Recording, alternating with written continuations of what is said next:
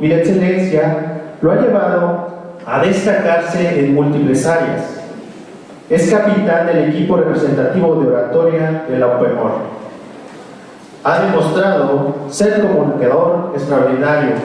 Ha competido y triunfado en múltiples concursos de oratoria, representando con orgullo a su institución, así como al estado de Morelos en competiciones regionales y nacionales. Además, es participante activo en el equipo de Cuernavaca, donde ha perfeccionado sus habilidades de argumentación y análisis. Y su dedicación y determinación lo ha llevado a ser reconocido como un campeón en la Asociación Mexicana de Debate de 2023. Asimismo, también ha llevado su talento a escala internacional como delegado estudiantil en los modelos de las organizaciones de las Naciones Unidas en Nueva York, Estados Unidos. Su compromiso con la diplomacia y la resolución de conflictos lo ha convertido en un representante excepcional de su universidad y su país. Su capacidad para pensar de manera crítica y resolver problemas que lo distinguen como un líder intelectual en su comunidad. En el Sebastián Bernal Cázares impartirá la charla titulada Historia del Banco de México desde su función hasta la actualidad. Sea bienvenido, cedo el micrófono, adelante. Gracias.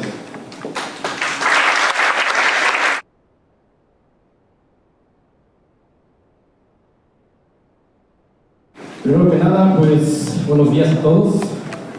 Les agradezco la cordial invitación a nuestro amigo Pedro, también así como la llegada de nuestro director de la Educación Financiera, del Departamento de Educación Financiera y Fomento Cultural del Banco de México, el maestro Eduardo Rocha. Presentes, comunidad de la UAM, muchas gracias por esta invitación. Ya les comentaron, yo les voy a platicar la historia del banco. Cuando decimos la palabra historia, pues a muchos les viene a la mente un sinónimo, el sinónimo de flojera. De hueva, hay historia, qué aburrido, no me gusta, pero yo creo que la mayoría de nosotros no sabemos. La historia nos permite conocer nuestro país. La historia nos ha traído hasta donde estamos, nos ha traído al futuro. Y a partir de esta, pues nosotros podemos saber qué errores cometimos para no volver a cometerlos. Para eso está la historia. La historia debe de servir de paradigmas para nosotros, para que sepamos qué hemos hecho mal, qué podemos mejorar, qué podemos realizar en el futuro para las generaciones. El Banco de México también tiene su propia historia. Y como todos ya sabemos, esta historia, y ya lo comentó el maestro Eduardo Rocha, no solamente radica en el siglo XX, en la época post-revolucionaria, sino empieza principalmente en el siglo XIX. Vamos a adentrarnos en una fecha importante, en 1822. Es aquí cuando, por vez primera, el emperador Agustín de Iturbide tiene la idea de crear un banco. Este proyecto le quiere llamar el Banco del Imperio. Sin éxito, no se pudo consagrar por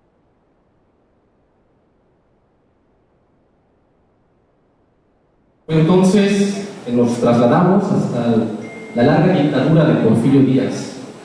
Es aquí cuando el Banco Nacional de México, de capital francés, capital español, y el Banco de Londres, de capital inglés, pues fungían como prestamistas del gobierno federal y prácticamente emitían títulos de crédito que servían como billetes.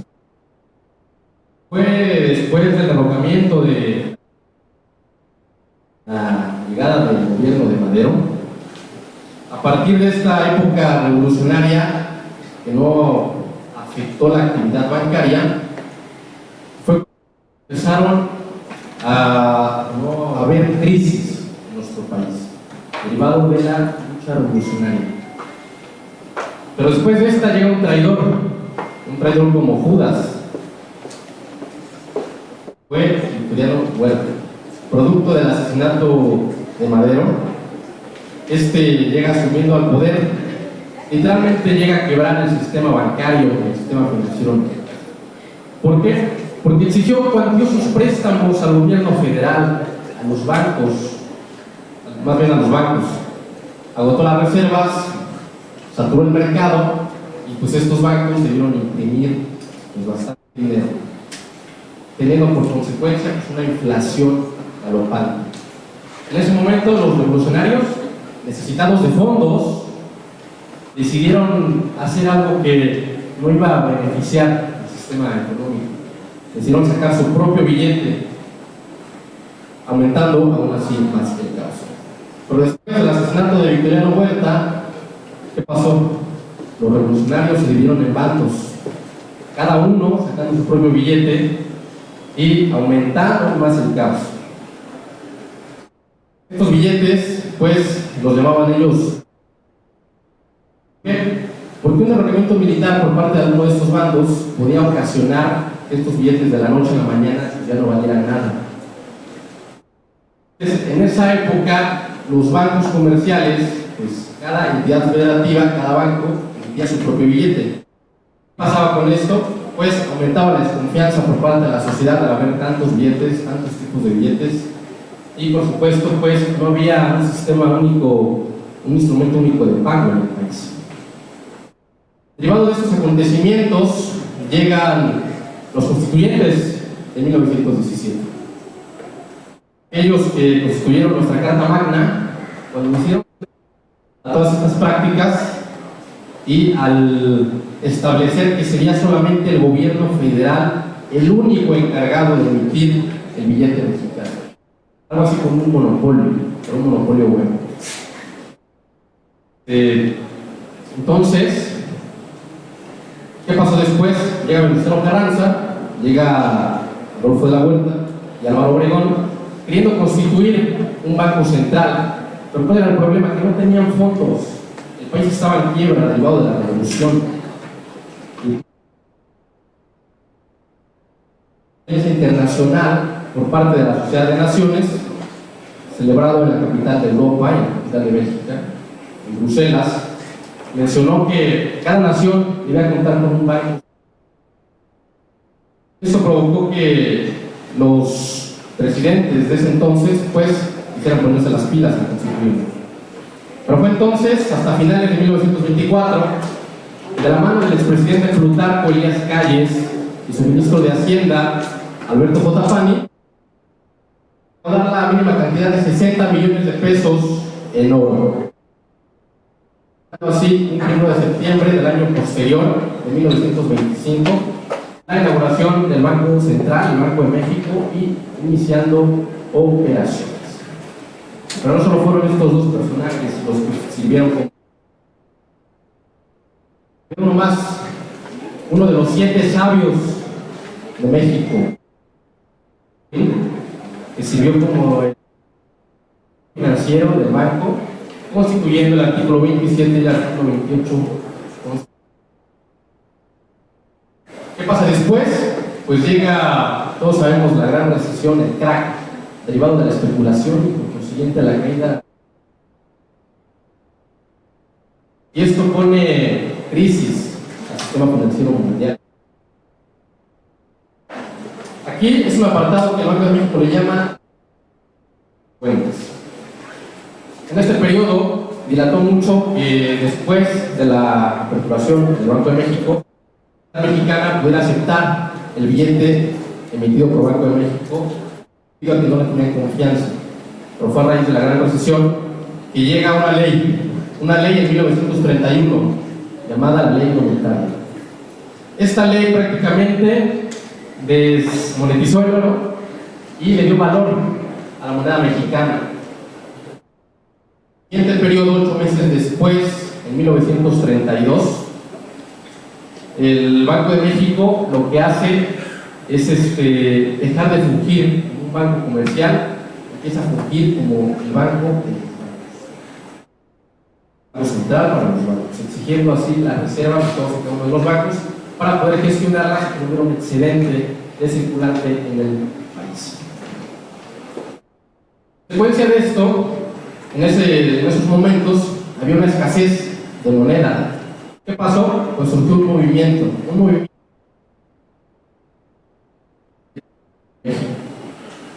Este movimiento puso orden, y también lo que hizo el Banco de México pues, fue comprar oro a precios de mercado para que pudieran aumentar sus reservas y pudieran ayudarle a la consolidación del billete. Dicho esto, nos remontamos a 1935. Aquí hubo una crisis sin precedentes. ¿Por qué? Porque el valor de la plata aumentó. Las monedas que estaban fabricadas por el Banco de México tenían... Esto iba a desencadenar que el valor de dichas monedas era en riesgo. ¿Cómo lo solucionó el Banco de México? Pues emitió monedas con menor denominación, menor porcentaje de este, y emitió billetes con denominación similar. En 1936 sale una nueva ley, la Ley Orgánica del Banco de México. Esta fue muy rigurosa. ¿Por qué? Porque para querer controlar la inflación, para querer evitarla, limitaron el crédito. Esta nueva ley orgánica tuvo que ser reformada en 1900. Era muy rigurosa, era muy estricta. Entonces, ¿qué pasó? Obviamente se estaba debilitando la balanza de pagos y la fuga de capitales era masiva, derivado de la expropiación petrolera del 18 de marzo de 1939. ¿Y qué pasa? La Segunda Guerra Mundial. El sistema económico mexicano simbra. ¿Por qué? Porque derivado de la Segunda Guerra Mundial, capitales flotantes extranjeros querían buscar refugio en nuestro país. Entonces, fue hasta 1944, a un año antes de culminar, que México participó en un acuerdo internacional.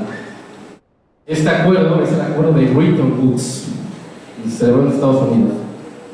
Este acuerdo dio origen al Fondo Monetario Internacional, al Banco Mundial, y se estableció un tipo de cambio fijo que iba a estar regido bajo el patrón oro. Estados Unidos también en México. Pero entonces llega 1952.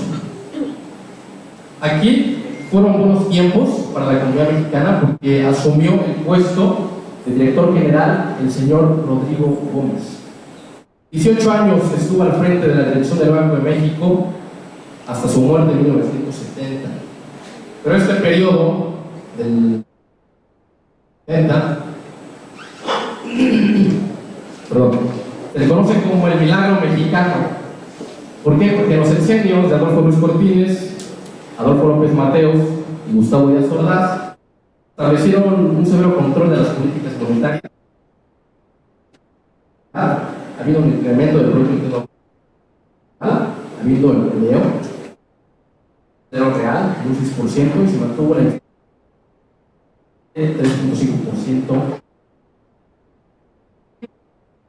a la economía del país, hasta que llegó pues, Díaz Ordaz y pues se intentó la masacre de pues, desde octubre. Pero fue entonces hasta 1970, con la llegada del presidente Luis Echeverría. ¿Por qué? Porque lo que hizo Luis Echeverría es aumentar la deuda externa. Quería invertir en proyectos que no tenían oficio. La deuda de 3.600 millones a 26.000 millones de dólares. Imagínense la cantidad exorbitante. Nosotros como tenemos que contribuir a esa deuda. Pero en ese momento, en el 72, Estados Unidos, con el presidente Richard Nixon, decide dejar el patrón oro y la mayoría de países adoptaron un cambio flexible. ¿Qué quiere decir? Este va a estar regido por las fuerzas de la oferta y la demanda. Tan directa el Banco Central para adoptar un tipo de cambio fijo. ¿Qué pasa en el 76, después de la deuda exorbitante de Echeverría? Llega su ministro de Hacienda,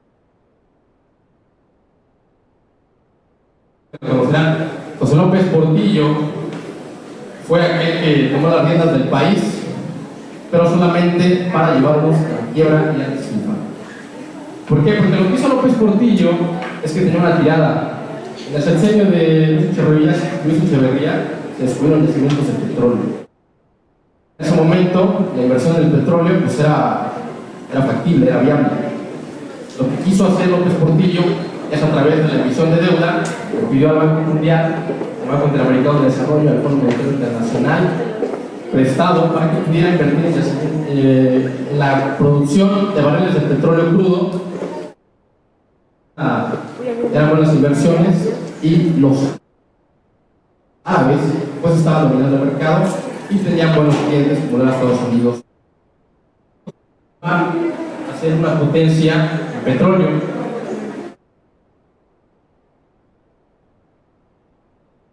Llega la crisis, más o menos como por el 78. El petróleo, Estados Unidos y Japón pues decidieron establecer reformas energéticas que obviamente ya no iban a depender tanto del petróleo. Una sobreoferta de petróleo por parte de México, que era la segunda potencia, y por parte de los árabes, que había disminuido la demanda. Ustedes saben.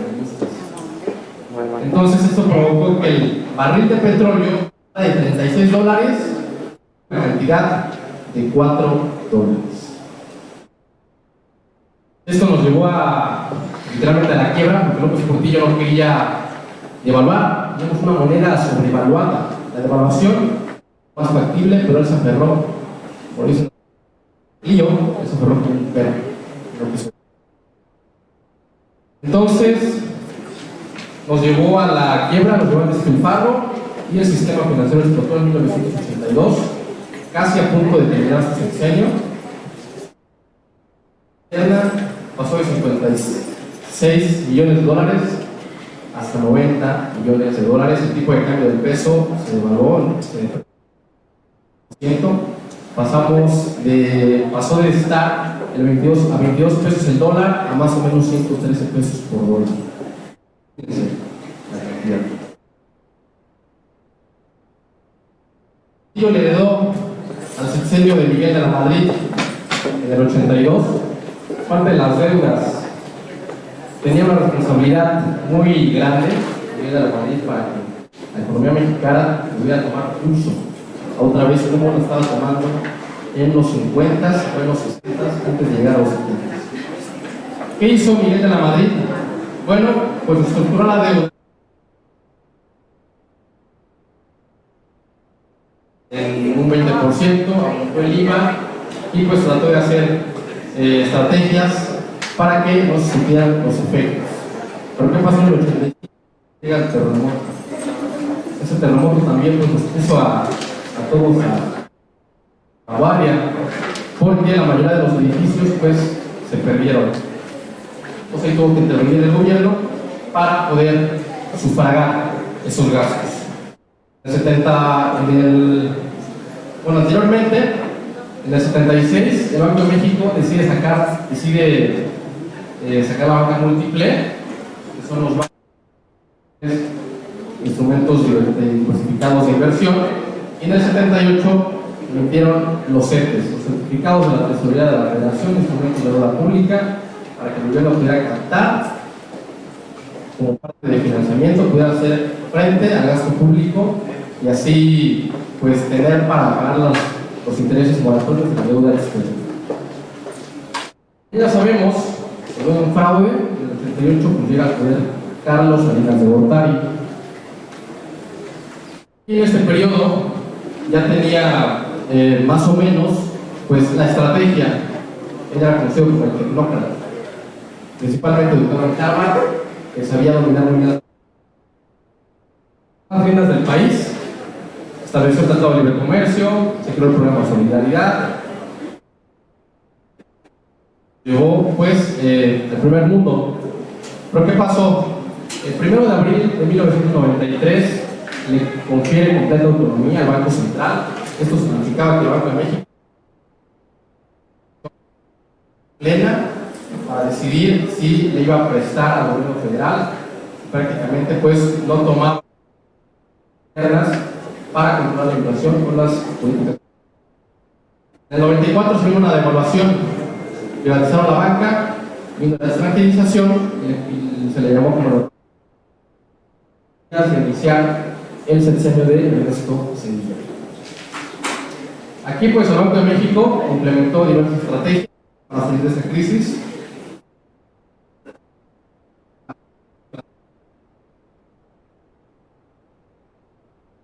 Implementaron diversas estrategias para que la economía tomara pulso de nuevo.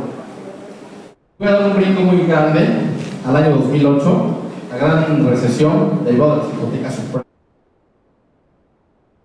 Y por falta de la regulación, no solamente de Estados Unidos, sino también del mundo entero. ¿Qué hizo el Banco de México en este periodo? Pues prácticamente por medio de la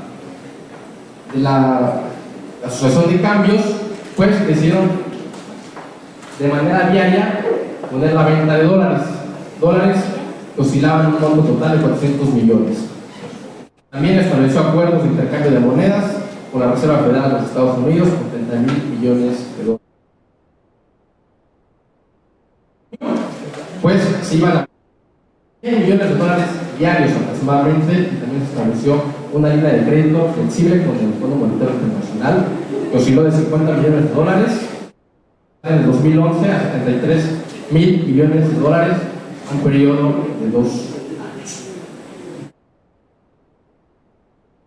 Llegamos al 2017 y de la mano de Agustín Castex se crea aquí Coeduca, detrás del Departamento de Educación Financiera y Fomento Cultural, y también el programa de enlaces universitarios Banquero, en el cual estamos nosotros fungiendo como la séptima generación.